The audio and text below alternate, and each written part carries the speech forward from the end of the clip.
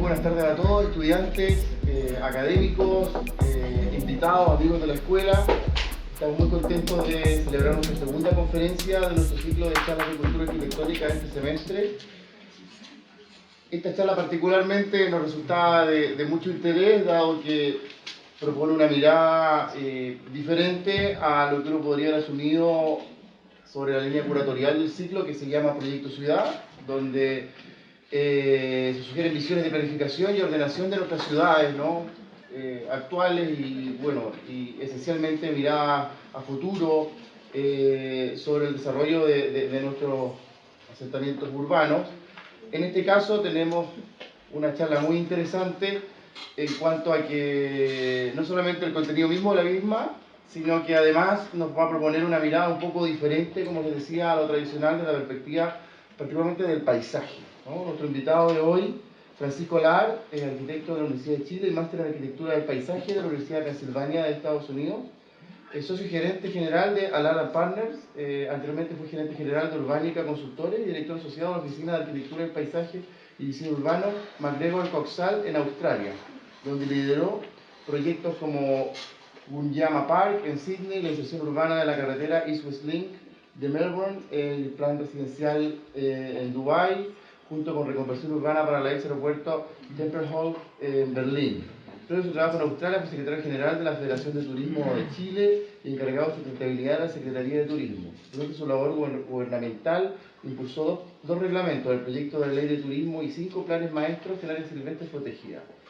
Fue contraparte sectorial en el proyecto de ley de Servicio Nacional de la Biodiversidad y Áreas Protegidas, el reglamento de evaluación ambiental y en las guías de evaluación ambiental del paisaje y turismo. Y hoy tenemos la posibilidad de primera fuente de tenerlo acá. Francisco, además, es importante contarles que gracias a su generosidad y profesionalismo nos fue posible traerlo hoy a nuestro proyecto Vínculo con el Medio de infraestructura para los bordes costeros que estamos haciendo con la Dirección Transportuaria, y estuvo en un mini taller de correcciones con nuestros estudiantes y los proyectos que estamos desarrollando para el lago Yanquihue. Y hoy en la tarde tenemos esta presentación más amplia para toda la escuela y la comunidad sobre arquitectura y paisaje, y de la cual realmente estamos muy motivados, y espero que esta fantástica audiencia realmente podamos valorar la presentación, porque si no es acá en el sur de Chile, donde el paisaje es una pieza clave de nuestro ordenamiento, de nuestra planificación, de nuestra mirada como arquitectos, no sé dónde tendría que serlo, por lo cual este es un tema que tenemos que hacernos cargo, y creo que traer a expertos como Francisco es fundamental. Así que, sin extenderme más, agradecerles a todos la presencia, y con un aplauso agradecer a Francisco que nos va a...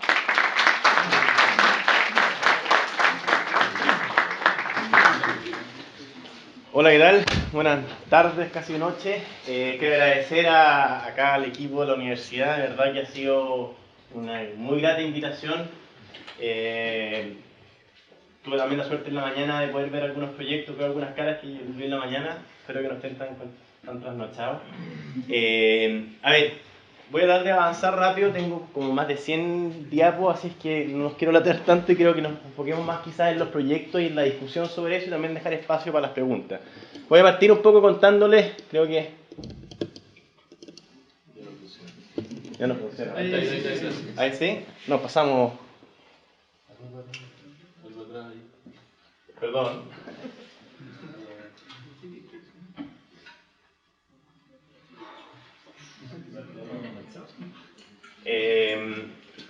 Un poco como les contaba...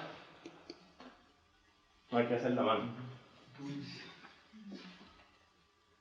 Les contaba Drago, yo estudié en la Universidad de Pensilvania, tuve la suerte de estando allá, trabajar, fui alumno y trabajé con James Corner, que es el que hizo el Highline, que no sé si lo conocen, el proyecto en Nueva York. También trabajé con Laurie Olin, una pasantía en una oficina muy importante de paisaje en Estados Unidos, y después me fui a Australia.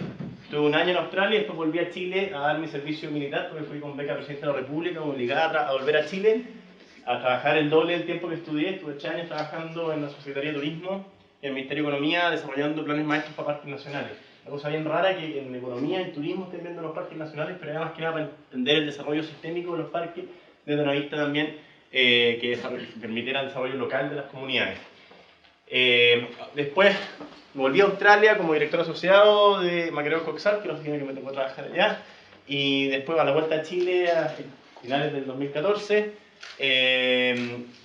me asocio con Pablo Lar, que es mi hermano, quien fue el personaje que urbanista de Harvard, que estuvo a cargo de la reconstrucción, y armamos, se llama Urbánica y ahora nos llamamos Alar Asociados o Alar Partners, dependiendo cuán emocionado estemos. Pasemos. Ahora, ¿cuál es, de alguna manera, la propuesta que les quiero plantear también a ustedes como estudiantes de Arte de abrirles un campo de trabajo?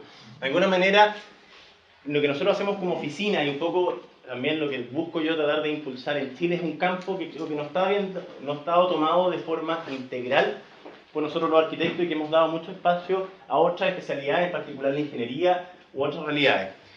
Nosotros como oficina trabajamos desde la inteligencia territorial, es decir, el análisis, entender las dinámicas territoriales, geográficas, políticas, normativas, pero también ecológicas, para pasar a una visión de lo que podría ser la infraestructura, los planes maestros, con un fuerte foco en el espacio público como gatillador y detonador de valor agregado, de cierta manera, de lo que los australianos o los gringos llaman Commonwealth, riqueza común. ¿Cómo generamos no solamente bien común, riqueza común a través de nuestros espacios, a través de integrarlo con el paisaje y llegar al diseño específico? Pasemos. Y para eso, no voy a quedar en los textos, voy a tratar de ir hablando. Nuestra forma de trabajar es tratar de meternos la mayor cantidad de problemas al principio. Es decir, levantar la mayor cantidad de información, entender la mayor cantidad de variables, generar la mayor cantidad de participación ciudadana en los comienzos de los proyectos, cuando están a nivel de idea, para poder construir, co-construir, de esta manera, oportunidades que después se van desvanando hasta llegar a un proyecto. Esto de alguna manera permite ser más resiliente, permite integrarlo más a las realidades locales y además generar mayor valor agregado. Vamos. Ahora a nivel de experiencia voy a pasar un par de proyectos, pero que muestran un poco también la realidad en Chile y cuán tarde estamos llegando muchas veces los arquitectos a trabajar o las oportunidades que hay. Por un lado, uno de los focos que hemos estado trabajando es la conservación. La conservación rentable. Uno de los problemas en Chile es que la conservación es puro gastar plata y no genera valor. Entonces, ¿cómo hacer una conservación rentable? Y para eso, uno de los proyectos que partimos hace años atrás, yo estaba desde fuera, pero después me tocó liderarlo más ahora a mi regreso, es trabajar con Patagonia Sur, que es esto es un fondo de capitales chileno-extranjero que compró ciertos ecosistemas, es decir, grandes terrenos, 3.000, 4.000, 5.000, 6.000 hectáreas en la Patagonia, con la búsqueda de conservarlo. Pero los tipos no tenían las lucas para decir, ok, soy Tompkins o soy no sé, que yo puedo conservar y lo mantengo y lo financio, sino que necesitaban generar un modelo de financiamiento para poder conservar y mantener a las comunidades que estaban en el lugar también ahí, gauchos, etc. Había todo un cuento también de rescatar las tradiciones. Entonces, el modelo de conservación rentable, por acá muestro un poco algunos de los proyectos, está en Valle California, Melimoyu, Heinimeni y Tortel. Y voy a especificarme en uno particular que es Valle California. Entonces desarrolló un modelo de decir, ok, vamos a conservar el 98, 99% de este territorio y vamos a vender el 1, el 8 o el 3% a través de todo un estudio ambiental, si es una línea base ambiental, para poder identificar cuáles son los lugares, de cierta manera, más fáciles de intervenir y que afecten menos el contexto, pero que se puedan generar valor a nivel de atributos, de atractivos, y con eso yo le vendo a una persona un sitio de 10 hectáreas con acceso a 3.000, pero el tipo está pagando 800 hectáreas. Entonces, de alguna manera, poder generar el modelo de conservación, y lo que hicimos fue, además, trabajar con abogados para generar lo que se llama, no existe el derecho real de conservación. Si yo quiero conservar, eso no me dice que mañana pueda llegar una empresa, me ponga un derecho encima y me ponga una central, o me pase una línea de alta tensión, o un derecho minero. La única manera fue jugar con esas mismas leyes. Y lo que creamos fue una servidumbre voluntaria de conservación. Como existen las servidumbres de paso, servidumbres eléctricas, acá se crea una servidumbre de todos los usuarios, todos los dueños, sobre el mismo predio. Entonces se superponen como 15 servidumbres y con el fin de conservación. Lo cual de cierta manera bloquea cualquier otro tipo de actividad. Y eso permite generar mayor valor, porque la gente que compra ahí no compra para ellos, compra pensando no solamente en él o su hijo, sino que sus nietos y bisnietos. De alguna manera asegurar que eso va a estar para siempre. Voy a pasar a la siguiente. Entonces, del 100%, 92% se conserva y el 8% se desarrolla, dando mayor valor. Es decir, esto permitió que las ventas de estos terrenos tuvieran 6 a 10 veces más caro que el metro cuadrado en otro lugar, solamente porque se aseguraba la conservación. Esto además con todo un nivel de servicios de infraestructura, senderos, hay una guía de desarrollo de arquitectura. Nosotros hicimos tipologías de vivienda, ¿pasa a la siguiente? Donde se trabajaban viviendas para las zonas que eran más que nada del pastizal, los llanos, la próxima, a viviendas que son en lugares con ciertas vistas especiales, la próxima, a zonas aledañas al río y luego en el bosque. Y esto también generaba una línea de guías de diseño y desarrollo de tipologías, materiales, que pasan por un comité, que se evalúa cada propiedad, cada proyecto que se hace, que corresponden a criterios de sustentabilidad, de cosecha de aguas lluvias, generación de energía. Es decir, se mete todo en la juguera y lo que busca es generar lugares que sean increíbles para los que vayan allá, pero además poder conservar el territorio y con eso generar valor para los gallos que desarrollaron el modelo de negocio. Aparte de eso, nos hemos metido en un par de concursos el año pasado, de los cuales con orgullo puedo decir que hemos perdido todo. Pero lo hemos perdido porque de alguna manera hemos enfocado, o hemos repensado o cuestionado las bases del concurso. ¿Te voy a pasar al siguiente? Este no era un concurso, una licitación. Este es el Parque de República de Brasil, donde está el MIM en Santiago. Y la apuesta acá fue a generar un bosque urbano y programas de distintas escalas. Uno de los grandes problemas que tienen los parques metropolitanos, parques de 300, 200 hectáreas, es que la comunidad alrededor se siente completamente ajena a esa infraestructura. Es más para la ciudad que para los barrios locales. Entonces nuestra apuesta fue trabajar un borde que respondiera a los requerimientos, y hubo todo un trabajo también con las comunidades de qué tipo de programas necesitan los barrios inmediatos y generar un centro con programas metropolitanos, de manera de tener una interfaz donde, entre comillas, el parque, su cierre está por acá, y esto es de alguna manera parte de lo que es el espacio de la calle y de la comunidad vecina. Además, un bosque urbano, y acá les contaba en la mañana, creo algunos, trabajamos con peumo. El peumo tiene su fruto más o menos en esta temporada del año, y llegan cierto tipo de especies de aves a comerlo. Eso no significaba que si generamos un bosque de una cierta dimensión íbamos a tener un evento durante 2 o 3 meses al año que íbamos a tener grande cantidad de aves, porque esta parte del corredor además de migración, hay todo un estudio detrás de eso. Entonces trabajamos la vegetación no solamente como una cobertura, como un elemento que permitía mejorar las condiciones climáticas del lugar porque bajaba la temperatura, limpiábamos el aire, sino que además que ciertas temporadas del año era un evento ir a ver este parque con miles de aves que estaban anidando o comiendo en el lugar. A su vez también habían programas recreativos, deportivos, todo un trabajo con el agua, etc. Para eso también trabajamos entender bien las condiciones de borde. Cómo llegaba, de alguna manera, el borde con equipamiento más local, de canchas de fútbol, etc. Y generábamos una topografía para evitar generar rejas. Y construíamos una topografía artificial que nos generaba un paseo de borde contra el bosque, un manejo de las aguas lluvias acá con un canal de regadío, que nos iba de alguna manera articulando los distintos programas. Algunos cortes esquemáticos para que se entiendan las dimensiones del lugar, y programas desde grandes explanadas de eventos, ojalá que Lollapalooza no estuviera en el Parque 15, no estuviera acá, a zonas de picnic y de patillas, etc., junto a una laguna. Es más o menos esa la imagen del proyecto. Este lo perdimos con ganas.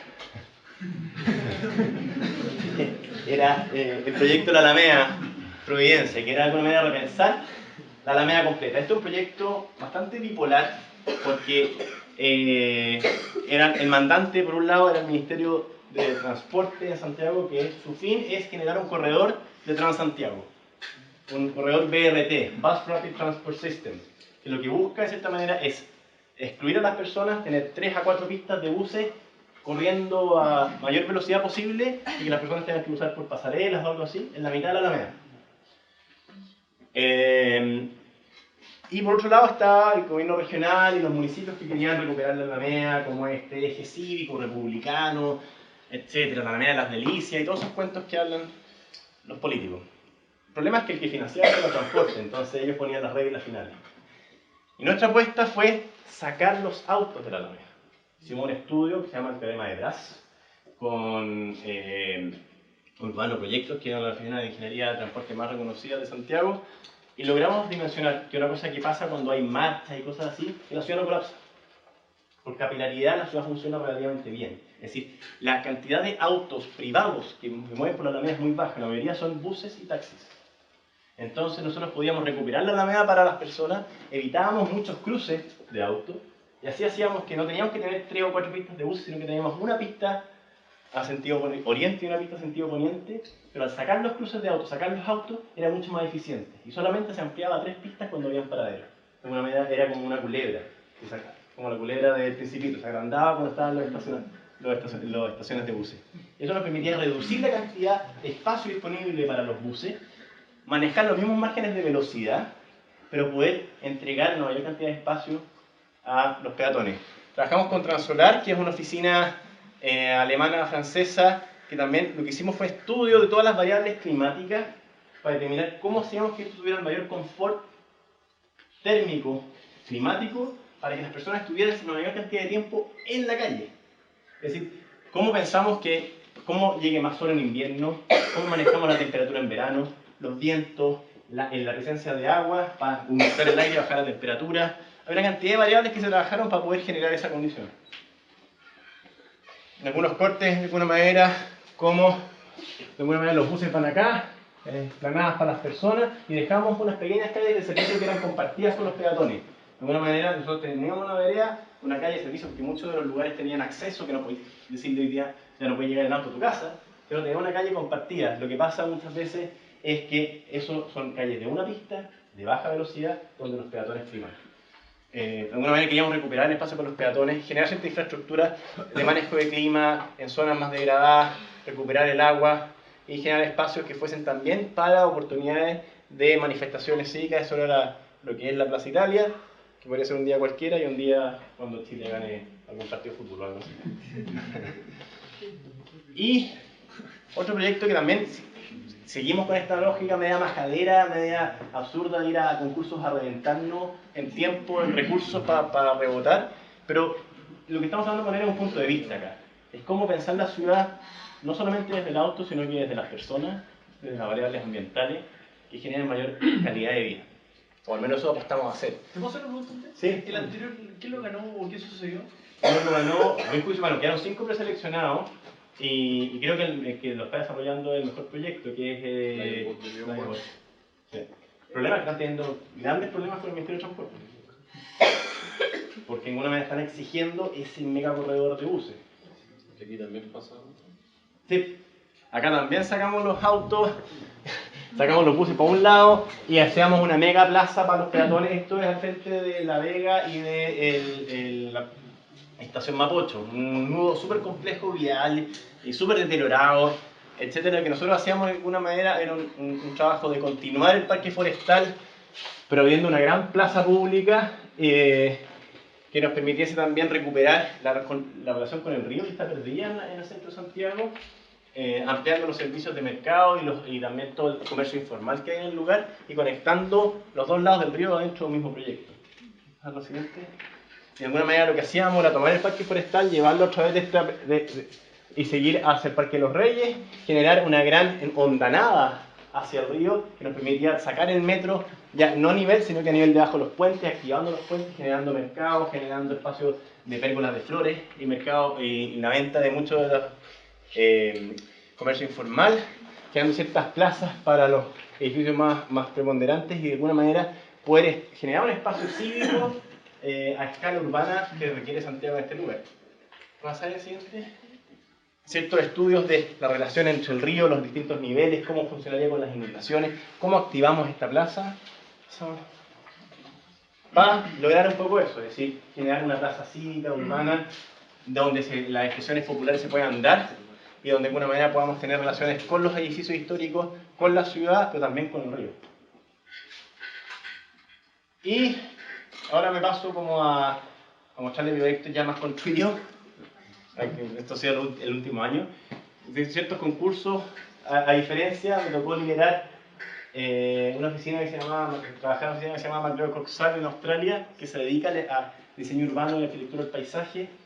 Yo me fui director asociado allá y estaba a cargo, ellos tenían una oficina en Sydney, Melbourne, Shanghái y Londres. Yo estaba a cargo de la oficina de Sydney completo, así me la pasaron, usted juegue. Un desafío del cabro chico con 30 pelados para trabajar y que entregan 3 entregas a la semana grande, entonces era un nivel de estrés enorme. Pero ahí fue al inverso de lo que pasaba en Chile. De los 5 concursos que me tocó hacer el año 2014, los 5 los ganamos. Ahí te das cuenta cuáles son los énfasis de alguna manera de ciertas políticas públicas. Esto es, ¿podemos ir para atrás? Un segundo rápido. Una zona de desarrollo urbano, la mayor zona de desarrollo urbano dentro de Sydney, una ex zona industrial que se sacó la industria, se llama Green Square, que tiene acceso de metro, etc., donde están llegando más de 4.000 personas a vivir en edificios de altura, todos alrededor de 15 a 20 pisos, alta densidad, pero además con grandes proyectos de espacio público. Esto, de alguna manera, es un proyecto que lo que planteaba era un programa de una piscina pública. Para ello, ellos invierten harto en deporte y en infraestructura de ese tipo. Una cancha en este caso, de fútbol australiano, que no les voy a explicar lo que es porque es más, pero se sacan la mugre. Y luego una cantidad de programas de skatepark y etcétera, y juegos de niños. Para que entiendan, si uno llevaba el brief, la piscina pública ocupaba todo este espacio de un edificio, y esto era el parque. Nuestra apuesta fue invertida, es decir, hagamos un parque y enterremos la piscina. Recuperemos la mayor cantidad de espacio público. Además, esta zona fue un humedal originalmente, había sido drenado este humedal. Estaba altamente contaminada las napas subterráneas por la industria que había acá era de metal pesado, etc. Entonces había minerales, petroquímicos en las aguas subterráneas.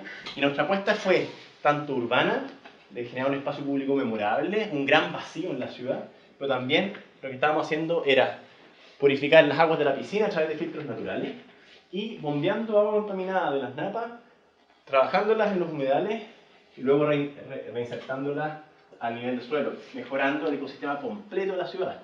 Esto era una gran máquina ambiental. Pasa a la siguiente. Y la apuesta fue, esta es la imagen inicial del proyecto. Es un gran humedal, al medio de una zona hiperdensa, con un paseo perimetral. ¿Cuál es el programa acá? Es el paseo, donde está la mayor cantidad de movimiento, de flujo, pero no, de alguna manera la apuesta fue donde estaba el edificio, generamos un humedal. Y recuperamos también toda una serie de procesos ecológicos que se habían perdido. Esto es un poco para explicarles, esto es un transecto del proyecto, donde acá abajo está la infraestructura de la piscina, la zona de humedal, pasamos a zona de duna, y luego zona de semi-humedal, humedal semi-enterrado, y luego duna, que era lo que existía en el lugar.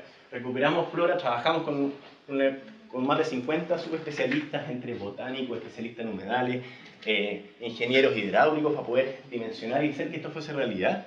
Y de alguna manera empezamos a entender las relaciones entre las especies, el tipo de plantas, las condiciones de dónde estaban localizadas. Había toda una cultura detrás de los pueblos originarios, de las relaciones y toda una tradición cultural detrás que también pusimos en valor, que era parte del proyecto. Entonces ya no es un proyecto de piscina, es un proyecto de parque, es un proyecto mucho más social.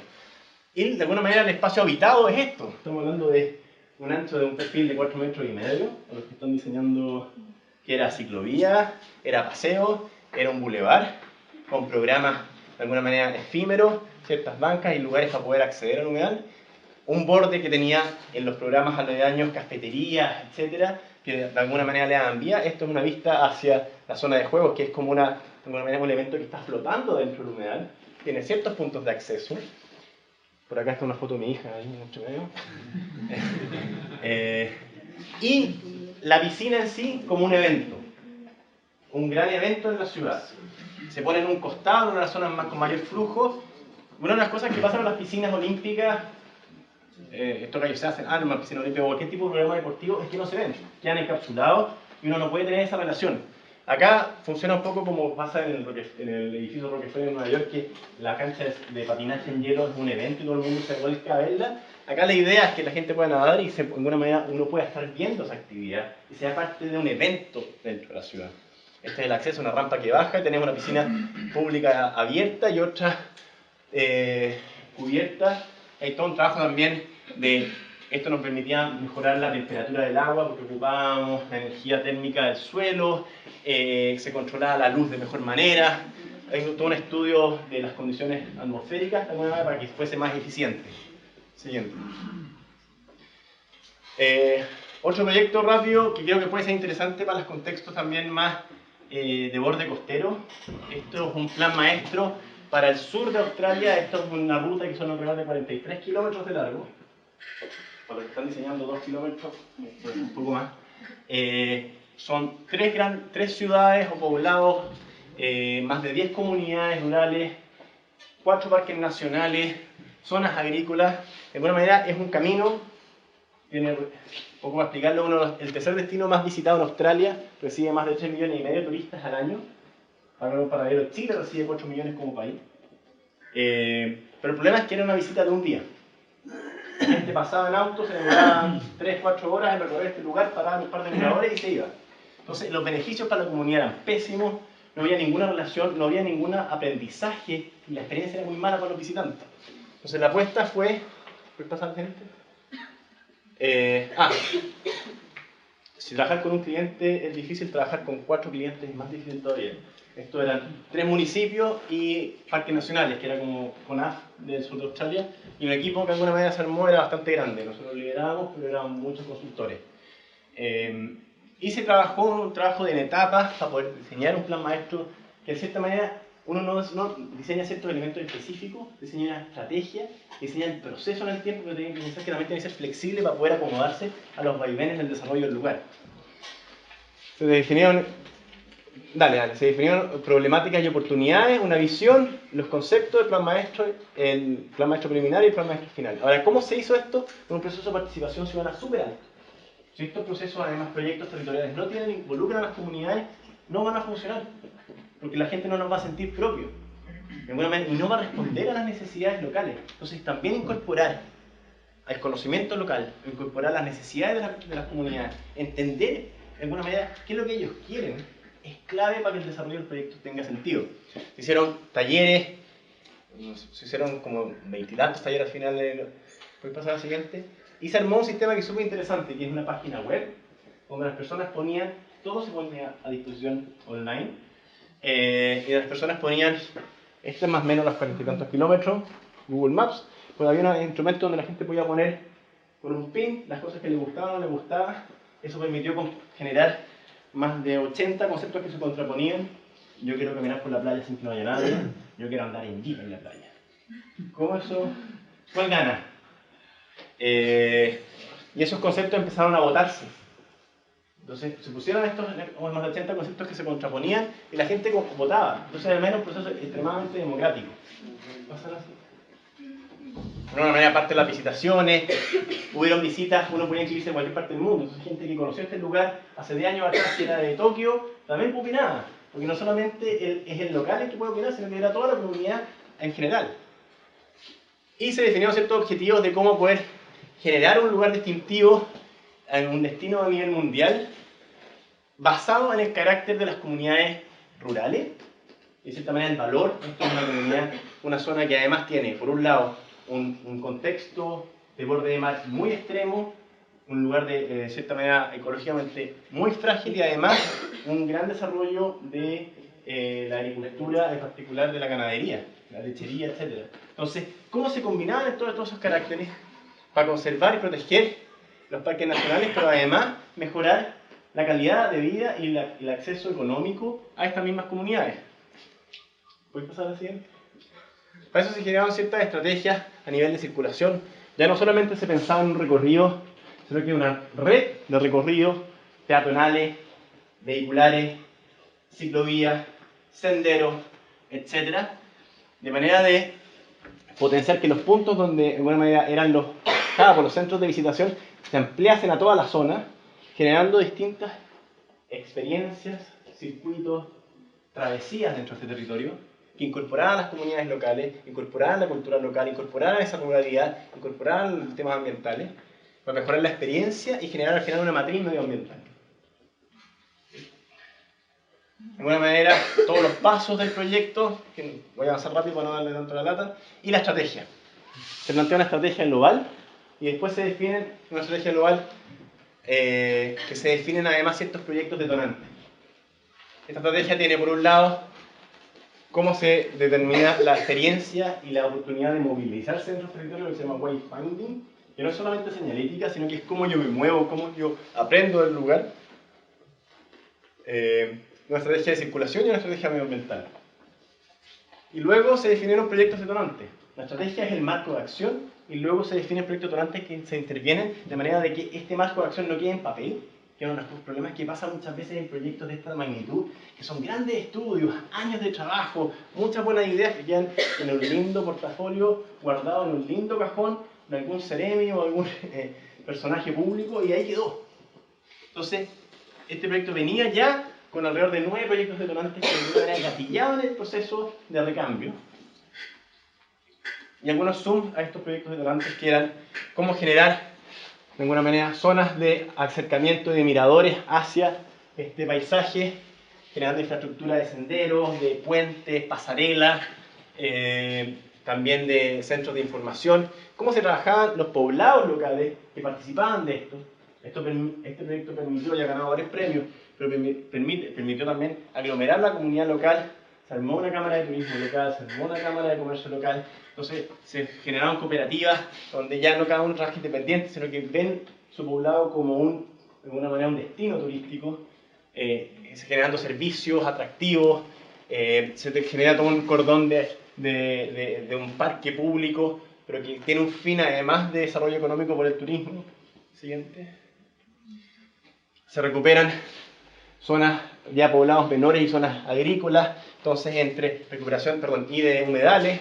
Entonces esto era un poblado, estas zonas agrícolas, allá es agrícola, esto era un gran humedal, estaba desvalorizado, era un micro basural. Entonces cómo se convirtió el humedal en un atractivo y se potenciaba también la experiencia ambiental del lugar. Y esto de alguna manera va basado entre los proyectos detonantes, que era una estrategia inmediata, estrategia a corto plazo, estrategia a mediano plazo y a largo plazo. Y esto está basado también en el estudio económico, desarrollo de quiénes invierten, quién invierte el gobierno local, quién invierte el gobierno regional, quién invierte el gobierno nacional, de una manera que una estrategia que se va desplegando en el tiempo, se mira no de forma inmediata, no tiene un marco de 4 años, tiene un marco de cierta manera de 30 años, pero de cierta manera se constituye una carta de navegación para que las autoridades y la comunidad vayan, por un lado, las autoridades cumplan con las expectativas creadas y la comunidad sepa qué demandar. Otro proyecto.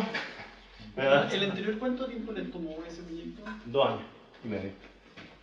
Más o menos. Y todavía sigue, porque ahora hay un desarrollo de segunda fase de cierta implementación de otros partes del proyecto. Esto es contexto en Sydney, el puerto de Sydney, 1864. Eso era unas primeras casonas de los inmigrantes, que luego se convierte en un lindo sitio de acopio de petróleo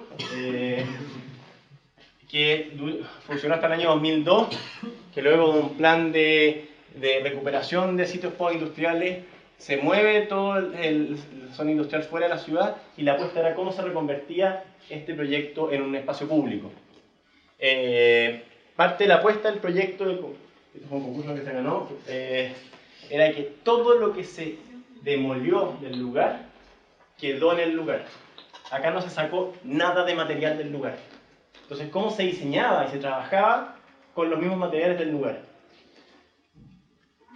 Y eso permitió que todo el material de demolición de los edificios, fundaciones, etc., se convirtiera en el material de relleno de los gaviones de los muros de contención. Y eso es una estrategia ambiental, una estrategia de manejo de recursos, pero además... y también se mantuvo ciertos elementos, se mejoraron y se rediseñaron en base a los mismos materiales, infraestructura. Se trabajó aledaño a este proyecto. Antiguamente había un desarmadura de autos, se recuperaron todos los cinturones de autos que habían tirado y se convirtieron en esa pérgola. Hubo toda una recuperación ambiental. Estas son las zonas donde estaban los tambores, que es súper interesante. Los tambores, la mayor contaminación está alrededor de los tambores, no en el tambor mismo porque es sellado, tiende a haber más de alguna manera derrames alrededor. O sea, hay todo un trabajo de alguna manera de recuperación ambiental del suelo, pero además generando espacios que trabajan con la memoria del lugar, pero lo programan. Siguiente. Y el muro gavión de alguna manera como una estrategia de de alguna manera, consolidar en el terreno la historia también del lugar. Entonces, ya no eran solamente muros rellenos con material, con piedra, eran con ladrillos, con pedazos, trozos de hormigón, pero también con platos. Hay unas botas, hay la patente del último camión que salió del lugar cuando operaba. Es decir, hay una historia que se empieza a encontrar. Hay distintas capas, como un palincesto, de cierta manera, hay una cantidad de capas de historia que de alguna manera uno va descubriendo y que es de alguna manera un atractivo súper interesante para los niños, van de alguna manera pillando esos retazos de historia perdidos en el lugar. El tanque mayor, el más grande, el tanque 101, que era un que dominaba la bahía, se veía de prácticamente toda la bahía, se reconvierte en, se mantiene la estructura, se mejora la estructura, se crea como una obra de arte, se trabaja con una poeta local para poder poner de cierta manera en valor el lugar, y además, las pocas cosas que se trajeron de fuera son 10 aspas eólicas que se trajeron de Alemania para poder generar la energía de todo el parque. Parte de alguna manera de la relación entre lo nuevo, lo antiguo, de alguna manera la reconversión y la historia del lugar. Les contaba ayer que este parque, esas cosas que pasan además con el espacio público, uno programa, pero los usuarios hacen justamente todo lo que uno no programó. Y esa es la belleza también, son espacios abiertos, interpretables. Este lugar se convirtió en la sede de Sydney del grupo de parkour, creo que se llama, que son los que saltan y se dan mortales entre los fierros, que se juntan los miércoles, y los jueves se junta la sociedad de jugadores de bocha, que son los que juegan como una... Por un lado, a cabros de 15 a 20 años saltando como locos un día, y el día siguiente puros adultos mayores jugando bocha. Y eso se da de alguna manera en la belleza del espacio público, esa condición. Siguiente. Bueno, la recuperación de todo el fierro, etcétera, para consolidar también los accesos, etcétera, como parte de diseño. Este es un proyecto que lo metí hoy día después de la clase de la mañana. Voy a pasar rápido. Esto es borde costero. Esto es un parque en Tasmania. Es un parque de arte y esculturas en Tasmania, un borde de recuperación de una zona postindustrial, donde se genera un acceso que es un mirador, donde las vistas están controladas, pero también es un evento. Se rompe, y ahí van a ver unas imágenes, lo que era una gran explanada de hormigón, que es donde se desembarcaban containers, para generar espacios de vegetación.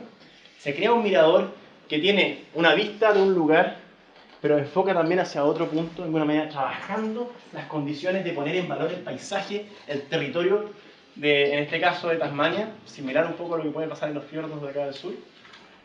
Siguiente.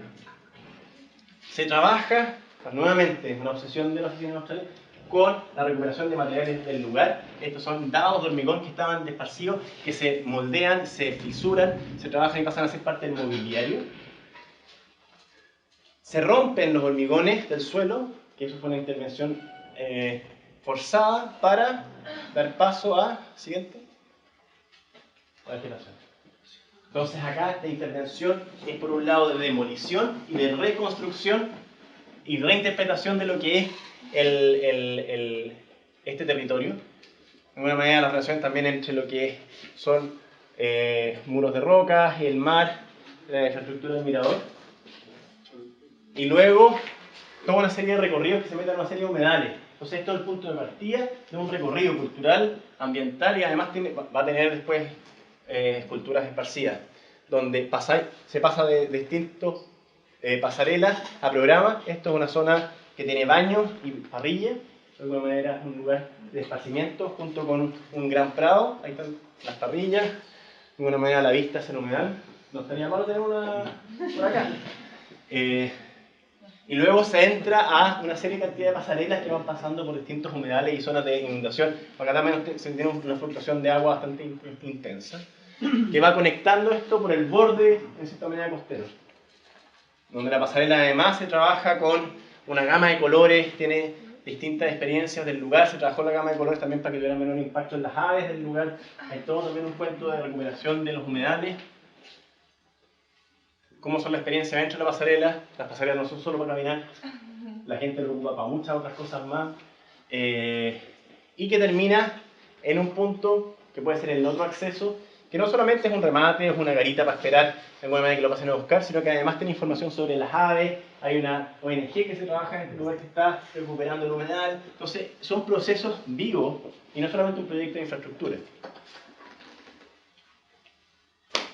Eso.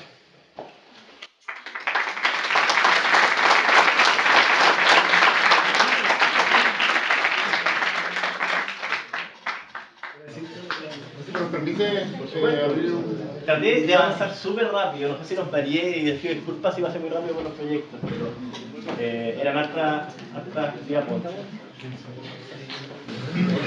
Bueno, no sé, abrir la conversación, si no creo que también tenemos por acá alguna...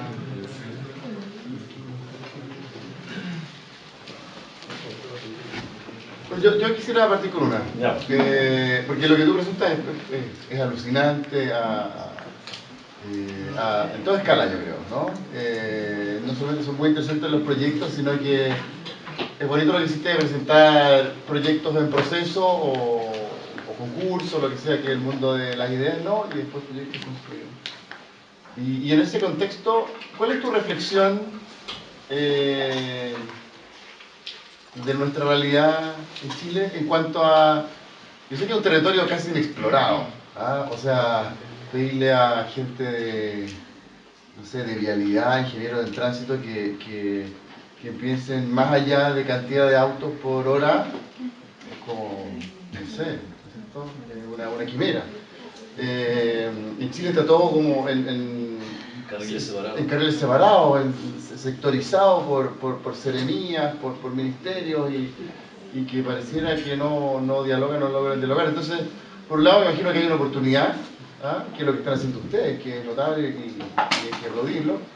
Pero, ¿cómo ven más en el detalle? O sea, ¿qué cosas se podrían hacer? ¿Qué diálogos, qué puentes se podrían entender para avanzar en esto? Perdona que dé un ejemplo más. Acá nosotros, afuera de la universidad, acá están terminando de instalar un viaducto colosal, ¿ah? Que salva una terraza con otra, y en la bajada había un bonito faldeo que en Puerto Montt, creo que lo más bonito que tiene del paisaje urbano son estos faldeos verdes que tiene la interterraza, y le pusieron como lo churretearon de hormigón en algunas partes. Te paramos en la mañana y... Claro, así como si diera lo mismo, ¿no? O sea, como que de alguna manera... Casi que el ejemplo más vivo de esta suerte de metáfora que cuando pasan estas autopistas por la ciudad son verdaderas como grietas, heridas. Aquí es como lo mismo, ¿no? O sea, como que está sangrando ese lugar a vista paciencia de todo el mundo. Habría un tema de discusión y yo creo que lo que estoy tratando de darle también a los alumnos, ojalá, es dar a entender de que el arquitecto es mucho más que solamente hacer una casa y que hay un poco, en Chile yo creo que hay un campo fértil para de alguna manera recuperar o para trabajar, que de cierta manera va ligado al espacio público, va ligado a la infraestructura, pero de alguna manera ese que nosotros todavía no llegamos al desarrollo, que estamos un poco de años desfasados, siento que no es lección, como que no aprendemos de los errores de los otros países, es decir, Nueva York o no sé, Seúl demolió una carretera para recuperar un río y un espacio público. Ahora nosotros construimos las carreteras matando los ríos o matando de cierta manera las condiciones ambientales. Todavía nos falta aprender, pero yo creo que las demandas se están dando y se están dando desde la ciudadanía. Acá hay una latencia, la ciudadanía ya no solamente exige vivienda, exige calidad de vivienda, no exige solamente educación, exige calidad de educación, no solamente exige ciudad, exige calidad de ciudad. ¿Cuál es nuestra calidad de espacio público? ¿Dónde nos encontramos? ¿Cómo son nuestros parques? ¿Cómo son nuestras infraestructuras? Y de ahí es un germen que está empezando a presionar, las autoridades todavía están aprendiendo quizás, pero nos falta ahí, y ahí donde creo que es un campo fértil para los arquitectos poder tratar de guiar ese desarrollo, no es ir en contra del desarrollo, es cómo pensarlo, más que decir, ok, no se hace la carretera, es cómo la hacemos, repensar la carretera, como la carretera no solo para autos, es para peatones, es para bicicletas, es también un proyecto de reforestación, ¿por qué no? Entonces, yo creo que las oportunidades están, pero tenemos que ir de alguna manera recuperando territorio perdido o ganando nuevos territorios. Y de alguna manera mostrando que las dinámicas aisladas, de alguna manera en Chile somos expertos en compartimentar. Compartimentamos servicios, compartimentamos conocimientos, compartimentamos decisiones. Pero de alguna manera las realidades territoriales son sistémicas. No podemos hablar de calentamiento global sin entender las dinámicas que pasan en el mar, que nos llevan a la manera de contaminación y que por último pueden terminar con una marea roja, a un nivel, a unas proporciones no conocidas. ¿Por qué? Porque se están desplegando muchos sistemas en conjunto. Entonces nosotros no podemos de alguna manera separar esos sistemas porque la realidad es compleja. Entonces una de las gracias que tenemos como arquitectos, creo yo, y para eso también es un peligro, es que tenemos que, por un lado, trabajar de forma colaborativa, trabajar con geógrafos, trabajar con ecólogos, trabajar con ingenieros, pero generar equipos de trabajo, de alguna manera de que cada uno traiga a la mesa su conocimiento y trabajar en conjunto, para poder dimensionar la realidad sistémica, desde entender cómo es la geografía, cómo es el clima, cómo es el viento, cómo es, de alguna manera, las condiciones sociales de movimiento, cómo es la vegetación, la flora, la fauna, las migraciones, entender de alguna manera todas esas dimensiones como parte del proyecto de arquitectura, parte del proyecto de ciudad. Ya la ciudad no solamente la persona, es mucho más que eso. Y lo vemos con el caso de la marea roja, lo vemos con el mapocho que se sale cuando los tipos hacen una intervención que no calcula del agua, lo estamos viendo a diario. Entonces esas demandas ya están. El problema es cómo de alguna manera nosotros capitalizamos, entre comillas, o ayudamos a guiar esas demandas para que la ciudad de alguna manera tenga un desarrollo más sostenible y también más seguro, es más resiliente, permite afrontar esos cambios.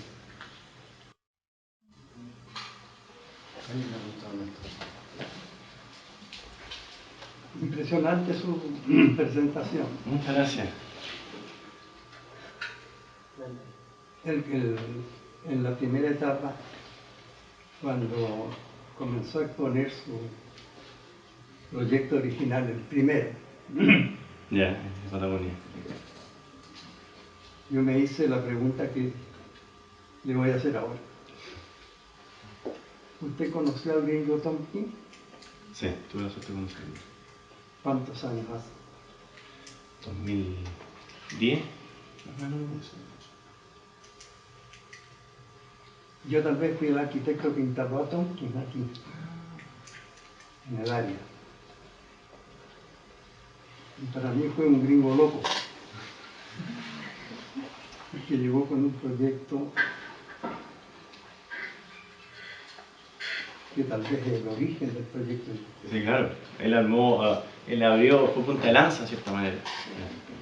Y llegó como un turista cualquiera. Y se hospedó en una casa de una familia amiga, que por las referencias y los contactos requirió la asesoría de un arquitecto. Entonces me pidió que yo lo asesorara y me explicó el proyecto que traía. Y yo le dije que era un gringo loco.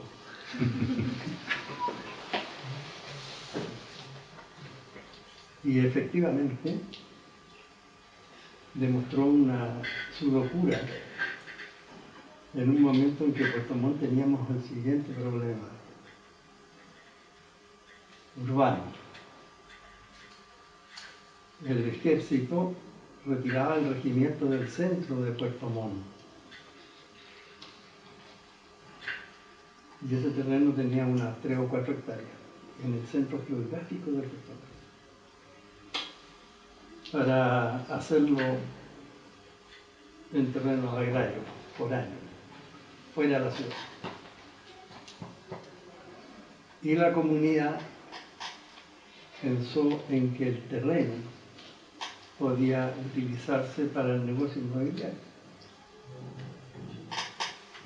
Y también surgió la oportunidad de transformar ese terreno en un parque. Justo cuando se fundó la Universidad Austral aquí, en ese momento. Y la universidad empezó a hacer gestiones para que incorporaran la posibilidad de instalar el centro universitario también en el terreno. Entonces empezaron las divagaciones porque el ejército lo puso en venta el terreno. Y en esa circunstancia apareció el gringo Tom, que se interiorizó por la opinión pública, por los diarios, por las amistades. Se interiorizó de que el problema de fondo era comprar el terreno y transformarlo en un proyecto de incidencia urbana. en esas circunstancias requirió mi opinión. Y resultó que en esto de apreciar de que la incidencia de un proyecto de esa envergadura, la municipalidad y el Estado no lo iba a financiar, dijo, yo lo compro y lo arreglo. Y el valor que había puesto el Estado, el regimiento, eran 1.000 millones de pesos.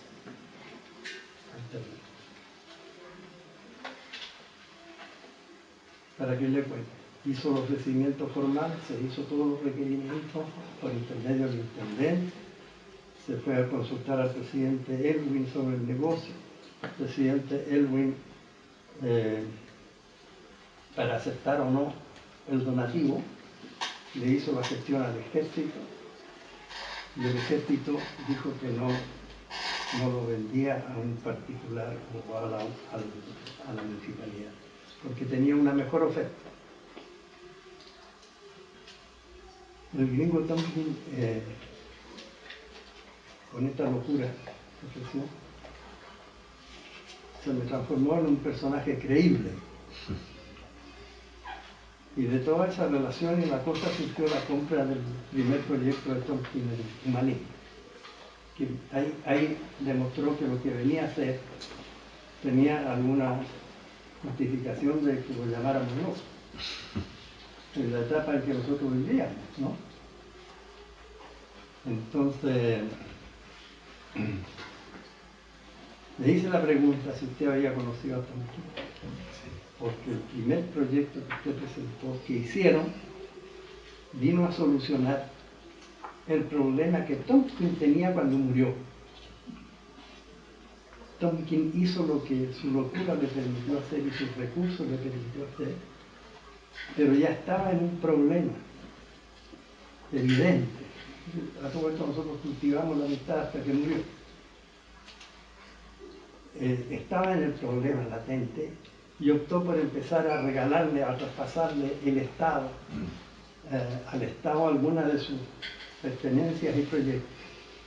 Porque el problema de Tonkin era que ya, a la edad que tenía, había hecho una inversión cuantiosa de sus propios recursos, tal vez ya estaba sintiendo el peso de la edad, diríamos, y estimó que ya había cumplido en traspasarle a la comunidad el impacto del manejo ecológico y tal para los recursos naturales, para preservar la naturaleza, que es la base de todos sus proyectos. Entonces, yo me pregunté, aquí está la respuesta tal vez al problema final que tenía Tonkin, de que ya no debía ni podía mantener económicamente sus proyectos. Y había hecho el sacrificio. Y el proyecto de ustedes, porque la imaginación y la llevada a la práctica del proyecto de ustedes, como por en la sucesión de proyectos que nos han presentado, habría sido también una solución para que el proyecto de Tonkin, claro, perdurase ¿Ah? tiempo. Sí. era un problema económico. Y una de las variables que más final que Era más. un problema económico desde mi punto de vista ecuacional. Y murió Tonkin. Y veo que ustedes están más o menos en el tema de Tonkin, haciendo tal vez proyectos sustentables por el problema climático que tenemos, ¿no? En parte sí, tratando. ¿Sí? Tratando. Que también creo que es ecuacional. Exacto.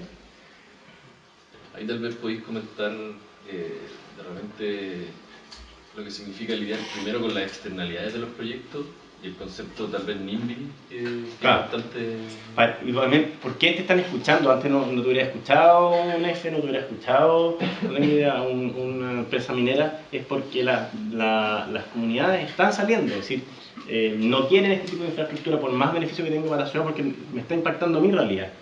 Yo no quiero termoeléctricas, no quiero hidroeléctricas, no quiero basurales, no quiero trenes que pasen por el lado de mi casa, pero sí quiero transporte, sí quiero energía, sí quiero, de alguna manera, voy a seguir consumiendo y botando cosas. Entonces, ¿qué pasa? ¿Dónde metemos eso en la ciudad?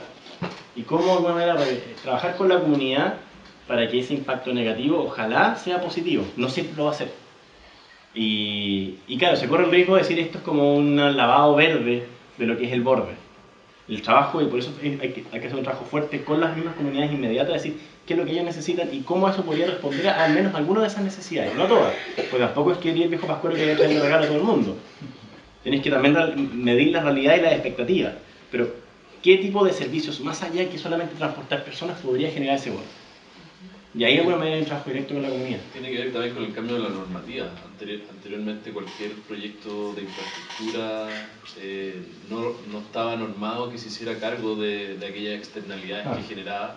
Y hoy día de alguna manera tanto la presión de la comunidad como la legislación Como el sistema de evaluación ambiental le exige hacerse cargo de los impactos. Y otro punto clave, creo, de las cosas que mencionaste en la exposición son el hecho de la necesidad de pensar los proyectos de manera compleja, por un lado, desde su inicio, para evitar maximizar el uso de los recursos, por un lado, y evitar externalidades posteriores sin tener soluciones para esta. Y en ese sentido, una visión que también hay que empezar a integrar dentro de la forma que se piensa tanto la ciudad como podría ser desde una propia casa o un proyecto de arquitectura a una escala menor como un proyecto de infraestructura a escala mayor. Pero cuesta que en las dinámicas y en ciertas como preconceptos, en particular ingenieriles o incluso políticos, entiendan eso. Ellos quieren despejar los mayores problemas, poder avanzar y que el problema sea de otro después. Porque ahí tenéis plazo de 4 años cuando eres político o no sé qué, entonces yo tiro la idea y otro se hace cargo del muerto. Acá, ojalá es meterse en la mayor cantidad de problemas al principio, pasarlo pésimo al principio, levantar la mayor cantidad de información para de alguna manera hacerse cargo de responsable de todos esos elementos y también mirarlo de forma sistémica. Creo que no es solamente social, no es solamente ambiental, tiene que buscar de alguna manera congeniar esas variables desde suelo, vegetación, agua, social, cultural, económico, y cómo esas variables políticos en algunos casos, muchos de estos proyectos tienen efectos políticos, entonces cómo controlar esas variables, incorporarlas desde el principio y no al final. Por lo general la dinámica es yo diseño ingenierilmente un proyecto, lo presento y lo defiendo. Y lo hice en el mejor caso de eso. Se fueron a la defensa y chocaron, pero cambió el paradigma.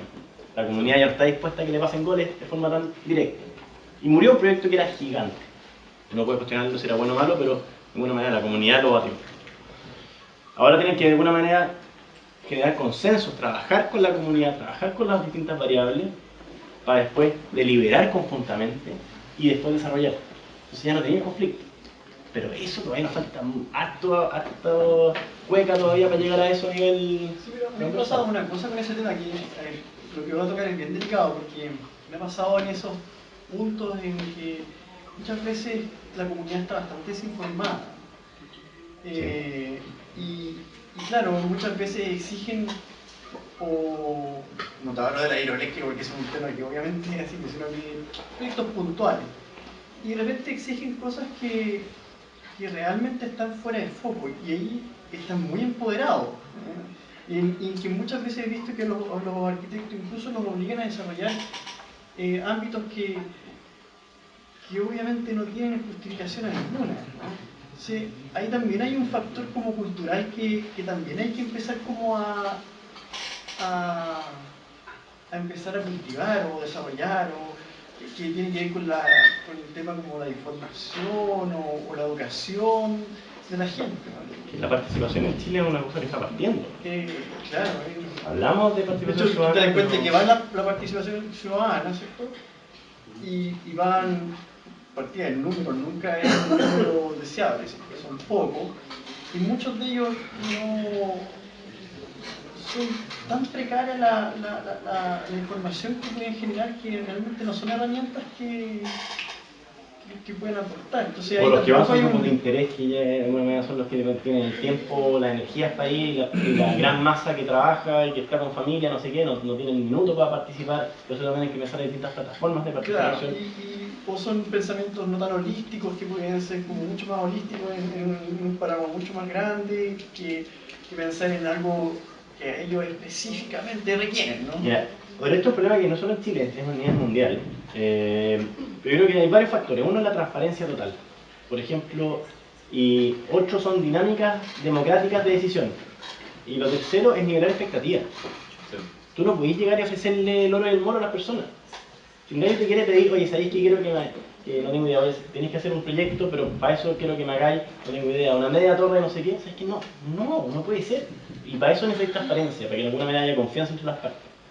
Un proyecto que me tocó trabajar en Australia, que era un parque en un ex hospital psiquiátrico. Un hospital de 1700 y tanto, maravilloso el lugar, era como Harry Potter en Australia. Un parque de 200 hectáreas en un lugar hiperurbano, de los grandes como reductos que quedaban de espacio disponible en la ciudad. El municipio en este caso había hecho 4 proyectos de desarrollo inmobiliario, similar un poco a lo que pasaba con el tema del ejército, y la comunidad alrededor lo había rechazado todo. Ahora, ¿por qué la comunidad era muy activa? Porque todos eran de alguna manera descendientes de, o tenían relaciones directas familiares con el hospital psiquiátrico. Es decir, muchos eran hijos o nietos de los veteranos que habían estado internados en este hospital, o eran descendientes de los enfermeros, de alguna manera. Hay una historia súper cultural arraigada en ese lugar. Todos eran, de alguna manera, tenían un arraigo con ese hospital. Y no estaban dispuestos a que le pusieran edificios, y todos lo veían como un parque. Y la propuesta que trabajamos en la oficina fue de partida poner toda la información sobre la mesa. Todos los presupuestos municipales, cuánto le estaban pagando hasta el último pelado. Es decir, realmente hacer un proceso de transparencia y todos los estudios anteriores, todo ponerlo sobre la mesa y decir, pongamos lo que los gringos llaman line on the sand, hagamos una línea en la arena. Hacia atrás, la historia era conflictiva. Partamos de forma transparente, se crean las bases para poder construir confianza. Y ahí se armó ese mismo sistema web que mostraba para el proyecto de la costa del sur de Australia, un sistema similar, hubieron más de 100.000 comentarios de las cosas que le gustaban y no le gustaban, mucha actividad, una comunidad fuerte, con una alta porcentaje de adulto mayor, porque todos eran descendientes históricamente del lugar, y ellos querían ciertas condiciones, etcétera, pero se metió un grupo, por ejemplo, de cabros jóvenes, que armaron un grupo por Facebook, juntaron 2.500 firmas, y metieron un skatepark en la mitad del parque, cosa que la comunidad originalmente hubiera rechazado. Pero como era un proceso democrático, de alguna manera todos avalaban esa misma democracia. Ahora, de alguna manera tampoco es que pueda ser tabla rasa y que todo se vuelque y en función de los votos salga todo. También hay cierta guía, hay ciertos presupuestos, hay ciertas condiciones que hay que limitar. Pero si también eres transparente en esas condiciones, tú regulas la expectativa. Ese parque no iba a tener una torre de oro porque no tenéis la plata para hacerlo. Pero sí puede ser quizá un skatepark, sí puede ser reconvertir, por ejemplo, lo que era el hospital psiquiátrico para hacer el campus de arte de una universidad, de Sí, pero entonces, o no, ahí está la mano top-down que define eso. O sea, que la gente finalmente, de alguna manera, busque que vaya o no vaya a la torre o vaya al skatepark, o sea... Sí, no, siempre porque no también eso lo lleváis a una palestra pública. Sí. Ahora, ¿cuál es el problema? Que los cabildos, los workshops, las casas abiertas, llega muy poca gente y eso pasa en todos lados. Porque la gente está ocupada. Si queréis estar con tu hijo, o tenéis que llegar a hacer una maqueta para taller para el día siguiente, o ir a la casa abierta para discutir sobre el viaducto, probablemente vais a estar haciendo la maqueta porque tenían Chevy y se no te van a poner un rojo. No tenéis esas 2 horas para disponer muchas veces. Pero sí quizás hay ciertos grupos de interés que siempre están. Entonces, ¿cómo nivelar eso? Y una de las opciones que vimos, no estoy diciendo que tenga la varita de acá mágica para decirte cómo solucionarlo, fue armar un sistema de plataforma web de participación. Y eso nos permitió que mucha gente que no podía estar físicamente pudiese por lo menos levantar la mano, quizás a distancia. Además evitáis una cosa que es súper complicada en espacios públicos así, que la gente tímida no se va a parar y a gritar, porque eso es un tema de personalidades también. Entonces ese voto oculto es mucho más fácil liderarlo desde un sistema, entre comillas, no es anónimo porque tenés que inscribirte, hay todo un registro, etcétera, pero que no significa tener que estar como peleando con el vecino. Yo creo que ahí también nos cabe la responsabilidad a gentes como nosotros, escuelas de arquitectura, profesionales, proyectos de profesionales que los estudiantes, ¿cierto?, de educar. Claro. O sea, por ejemplo, vuelvo al viaducto que tenemos acá al lado. Eso para la gran mayoría es señal de progreso. En Chile estamos llenos de grandes obras de progreso que son unos desastres, pero para la enciclopedia los desastres mundiales. Son buenos para eso. Claro, pero son progresos, ¿no? Porque Pero son ahí también grandes está obras. lo que mencionaba Pancho anteriormente de cómo no aprender del camino que ya recorrieron ciertos países para llegar al desarrollo. Es decir, si un país partió acá y llegó acá, nosotros estamos recién recorriendo este camino, ¿cómo nos saltamos esa línea que tuvo muchos conflictos y llegamos a ese punto sin pasar por los mismos conflictos? O sea, es como un tema de aprendizaje. Yo sé, hace 10 años atrás, cuando conocí a Tom, que yo hice una presentación similar en el Ministerio de Economía, de decir cómo no pensamos en infraestructura de otra manera. Y la respuesta en ese método fue, es que para Chile no todavía. Esa fue como la respuesta, en esa época. El último diálogo que se estableció aquí, a partir de la consulta del asistente de allá, a mí me es muy grato escucharlo. Pero el problema de fondo es el manejo de la sustentabilidad, y especialmente la sustentabilidad futura. Y ese problema, desde el punto de vista del manejo urbano, desde mi punto de vista es ecuacional. 2 más 2 son 4. Toda causa y efecto son evaluables. Sí. Y si son evaluables, son comparables ecuacionalmente. Si yo formo con los factores sistémicos, orgánicos, funcionales, armónicos, que son la esencia del ejercicio profesional nuestro. Sí. La formación nuestra no se sale de ninguno de esos factores. Académicamente, somos hechos con esos factores. Resulta que estos 4 factores, de acuerdo a la vida y a la sustentabilidad urbana, son factores ecuacionables. Lo prueba, por ejemplo, el hecho que una receta médica no es sino una ecuación respecto a una combinación de elementos distintos que son afines al mejoramiento de la enfermedad. Y ese es un fenómeno sistémico, orgánico, funcional, armónico. Aquí le da origen al tomar el remedio la persona, le da origen a un sistema orgánico, funcional y armónico que es la vida, que es ecuacionable en una receta médica. Y si yo la arquitectura, el urbanismo y la empresa la hago para el bien común, tiene que ser con estos factores sistémicos, orgánicos, funcionales, armónicos, que son ecuacionables. De acuerdo. Sustentables. Tema muy importante por el futuro de la humanidad. Sustentable. Resulta que usted le plantea a todo el colegio de arquitectos, de ingenieros y de constructores, que el manejo urbano, a través de la municipalidad, de la comuna, lo que significa el fenómeno urbanístico de la comuna y el manejo, sería ecuacional, no discrecional y político. Y mencionar la validez de una pseudoecuación imposible que dicen algunos destacados profesores, mencionar la posibilidad de ecuacionar el manejo urbano. Bueno, usted entra en una categoría no atendida. No grata. Yo planteé la ecuación urbana de Puerto Montt hace unos 10 años. Y el tema es para la risa de la Cámara Chilena de la Construcción, por ejemplo. Con el asesoramiento de la Universidad Católica, a través de las estadísticas que en el caso concreto de la asesoría de la Universidad Católica a la Cámara Chilena de la Construcción, transforma todo el ejercicio profesional de los arquitectos y de los ingenieros lisa y llanamente al negocio.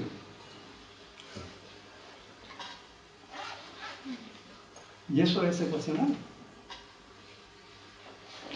Eso está cambiando en el mundo. ¿Ah? Eso está cambiando en el mundo. En Estados Unidos, por ejemplo, la Agencia de Protección Ambiental, la EPA, hace menos de un mes atrás, una de las últimas cosas que ha hecho Obama como presidente, es que está considerando los valores ecosistémicos dentro de las evaluaciones de los proyectos. Es decir, por ejemplo, si yo resguardo una cantidad de bosque, eso me está dando tanto oxígeno, me está dando tanta agua, me está dando tantos otros valores, y eso es medible. Y eso tiene un valor económico, social y ambiental que pasa dentro de las evaluaciones a nivel público.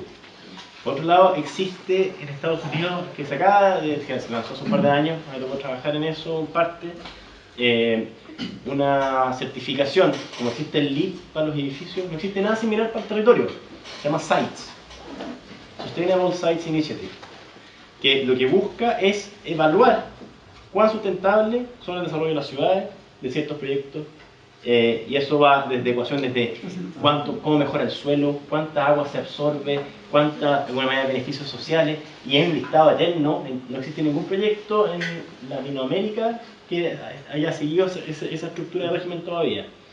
Y espero que algunos de los proyectos que haga yo pueda hacer eso. Eso es una variante a la idea que yo concretamente propongo. Los factores que se tienen que medir en la ciudad son los factores bio, la vida, eco, la ecología, el ego que tenemos los ciudadanos y la ética. Son 4 factores sensados para convertirse en factores de la ecuación urbana. Yo no puedo hacer el urbanismo sin una ecuación urbana. No puedo hacer un plan regulador para que se maneje políticamente si no lo baso en una ecuación. Y en una ecuación tan simple que la primera ecuación que me enseñaron en el silabario cuando yo entré a la escuela pública, en el primer año. 1 más 2 más 3 más 4 partido por 4. ¿Cómo?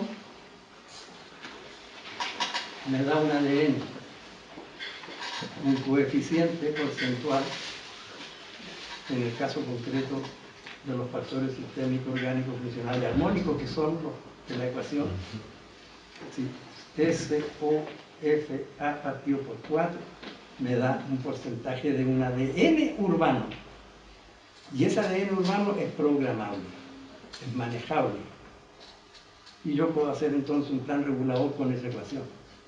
Puedo hacer los proyectos suyos con esa ecuación. Puedo hacer lo que se me imagina. Si le meto la ecuación, lo puedo hacer. Si no, no lo puedo hacer. Súper interesante. En que están en juego los 4 factores: sistémico, orgánico, funcional y armónico.